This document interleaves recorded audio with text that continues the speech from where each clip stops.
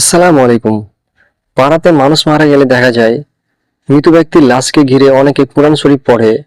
অনেকে বলে পড়লে নাকি নেকি হবে, আবার অনেকে বলে এভাবে পড়া ঠিক না। সে বিষয়ে শেখ আহমদুল্লাহ সাহেব কি বলে, চলেন ওনার ভিডিওটা দেখি।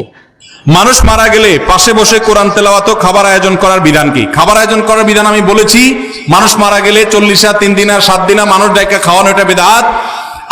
আর মানুষ মারা গেলে তার পাশে বসে কোরআন তেলাওয়াত করাটাও সুন্নাহ সম্মত কোনো কাজ নয়। আমাদের দেশে মানুষ মারা গেলে লাশটাকে মাটিতে বা খাটে রেখে চারপাশে হাফেজ সাহেবদেরকে এনে কোরআন তেলাওয়াত করানো হয়। এটা শরিয়া সম্মত কোনো কাজ নয়। কেন? কোন মানুষ মারা যাওয়ার পরে কি কি করতে হবে শরীয়তে বলা আছে না নাই? আছে না নাই? মুর্দার লাশের চারপাশে বসে কোরআন তেলাওয়াত করতে হবে, এরকম কোন হাদিস তো আমি পাইনি। এটা কোত্থেকে আসলো? কোরআন তেলাওয়াত যে করবে তার লাভ হবে। আল্লাহ কোরআনে বারবার বলেছেন, ও আল্লাইসাল ইনসানে ইল্লা মা সাআ, যে যেটা করবে সে সেটা পাবে। যিনি তেলাওয়াত করছে তার সওয়াব হবে। মুর্দার কোনো লাভ নাই এখানে তেলাওয়াত করলে।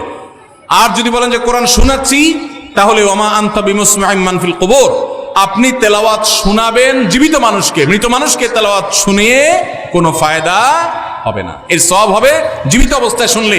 এই লোকটা জীবিত অবস্থায় শুনলে সওয়াব পাইতো, মারা গেছে এখন তার সামনে কোরআন তেলাওয়াত করলে প্রতি অক্ষরে নষ্ট নাকি এমন কোনো কথা নাই। এজন্য এইটা দূর হওয়া দরকার। বিশেষ করে এখানে যারা মুর্দার চারপাশে এই যে গোল হয়ে কোরআন তেলাওয়াত করে, এরা সবাই টাকা নেয়।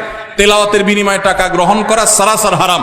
যে দেয় সেও হারাম করে, যে নেয় সেও হারাম করে। খতমের নাম দিয়া অনেক এলাকাতে এখনো অনেকে হারাম কাজ করছেন। তাদের আল্লাহকে ভয় করা উচিত।